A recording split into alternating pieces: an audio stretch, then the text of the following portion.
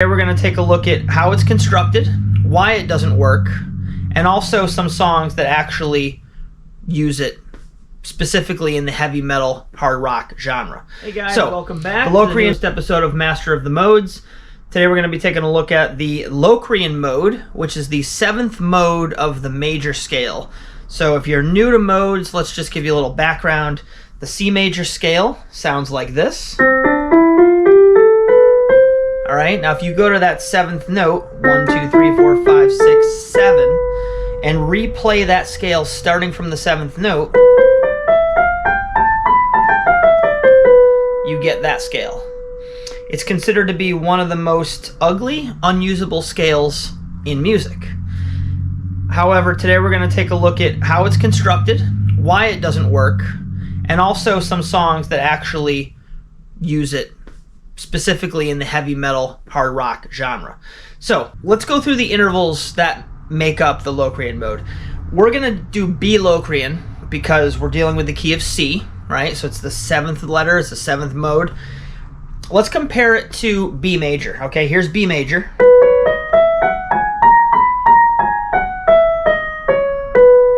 And then here's B Locrian.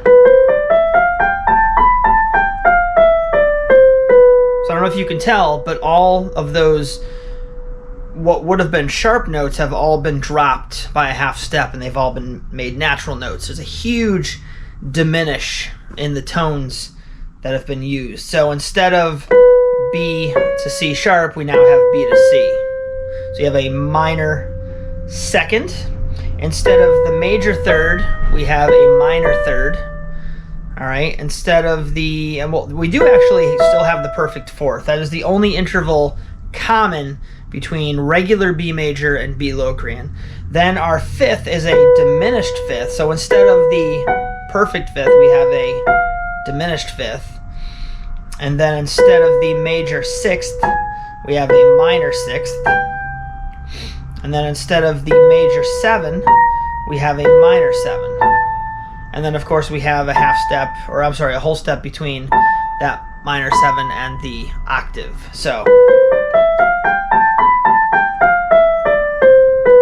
and again, the 3 notes that make this scale really kind of ugly and unusable would be the relationship between the 1 and the 2, because that's a flat 2, the 1 and the 3, which is a minor third, which there's nothing wrong with a minor third, but it doesn't offer much harmonic opportunity due to this next note, which is the diminished 5th, or flat 5, or tritone. All right, so the flat 2 and the tritone are the 2 intervals used within the scale that really make it kind of unusable in a traditional sense, because being that the 5 chord is a flat 5, it's not going to allow for a traditional resolution. All right. However, as a scale to solo with, that's kind of where this thing shines. Also in riff construction for heavy metal, because heavy metal is all about dissonance and sounding evil. So this is the perfect evil scale. So let's just take a look at some of the chords that are created here. The 1 chord in Locrian is it's the root, flat 3rd, flat 5th. That is just a diminished triad, which on its own, kind of lackluster. Usually a diminished chord will sound good next to a minor chord, like, just to give it some context. So that'd be a B minor to a B Locrian, or rather a B diminished triad. So as I said, you have the diminished chord triad on the tonic, right? The 1 chord is the B diminished. The other chords in the key happen to be C major, D minor, E minor, F major, G major, and A minor, which ironically enough are all normal everyday chords, but it's the tonic B diminished chord that really makes this whole thing not really work. Also, the 5 chord is a flat 5, and you can't resolve a flat 5 to a tonic because it's a flat 5, right? It's a tritone. So this scale itself, this mode, is almost like the embodiment of what the tritone is, right? The ironic part about the tritone is there is a tritone interval in the 5 chord of a normal 5-to-1 chord progression. But when the chord itself as a 5 chord can't resolve to the 1 chord, that's where things become unusable, right? Because in traditional harmony, we like to resolve from like a G7 to a C. So that's a 5-to-1 in C major. But you can't do an F major to a B diminished because it sounds absolutely terrible. Here's F major and here's B diminished. All right, there's no resolution there. That's a tritonic relationship. So that's why this is so ugly, but also so interesting. Let's take a look at some songs that actually use this scale. And as I've said, I've definitely heard, and I didn't prepare too much for this video, but I know that there's definitely some instances out there in the solo guitar world where they're using a lot of this stuff in their solos. We're going to take a look at 3 songs that use the notes of the Locrian mode to construct riffs. All right, now how do we know that they're using the Locrian mode versus, say, the Phrygian mode, right? The Locrian mode has a flat 2 and a flat 5. It also has a flat 3. So minor 2nd, minor 3rd, diminished 5th. Those are the 3 intervals we're going to be looking for in these riffs. The first riff is the intro to the song YYZ by Rush. And we're just going to play the song for you real quick, and then we'll talk about it.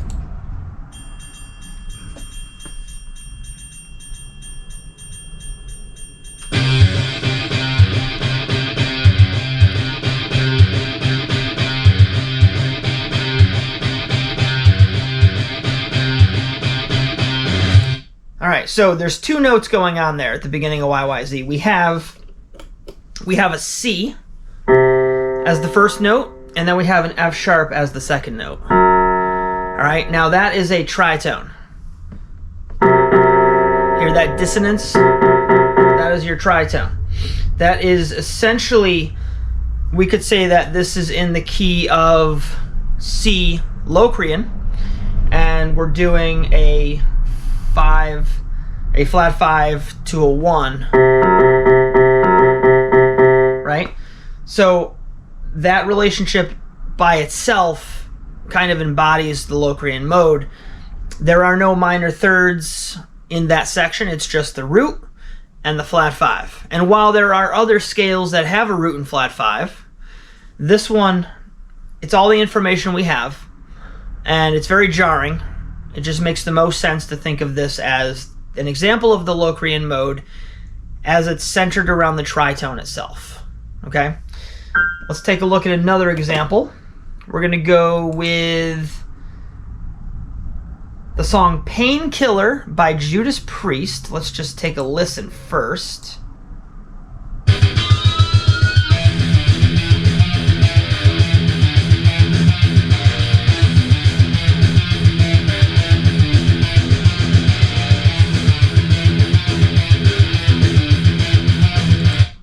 All right, so let's go through what we have here. We have a lot of roots. We have the root on E, and then we're going up to the octave E, and then we're dropping down to the flat 7, and then we're going back to the octave, and then they go up by a half step. They're throwing in the flat 2, and then they're also throwing in the minor 3rd. So we're essentially in E Locrian here.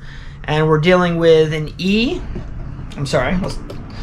Here's E Locrian for you.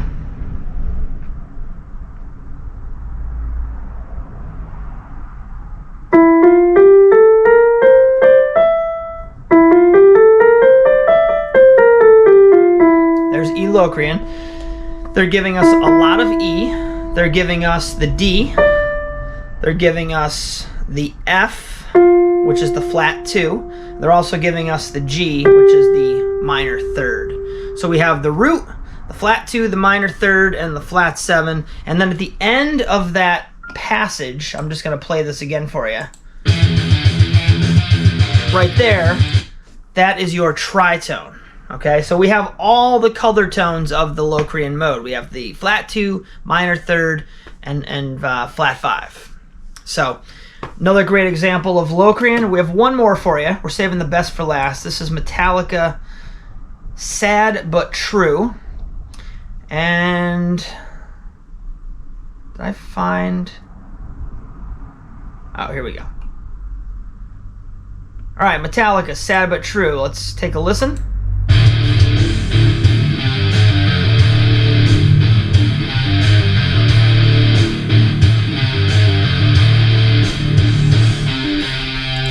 So there you go. Again, we're in E as the root. They're giving us the E. They're giving us the D, which is the flat 7. They're giving us the tritone, that flat 5 in B flat. And then they're bringing us down to the minor 3rd in G. So we're getting the minor 3rd and the flat 5 for this one. There are no minor seconds in this one like there were in the Painkiller, but you get the idea. If you wanted to be really overly neurotic about this, you could say that Sad But True is in the minor key with a flat 5. You could describe it as that if you wanted to. But considering that that tritone and that minor 3rd are 2 of the money notes of the Locrian mode, it makes more sense to just call it Locrian and wash our hands of it. So I hope this video was helpful. All right, hopefully it wasn't too long, 10 or 12 minutes maybe. Thank you guys for watching. If you'd like to support my efforts, buy me a coffee in the description. And thank you all for watching. I'll see you next time. Take care.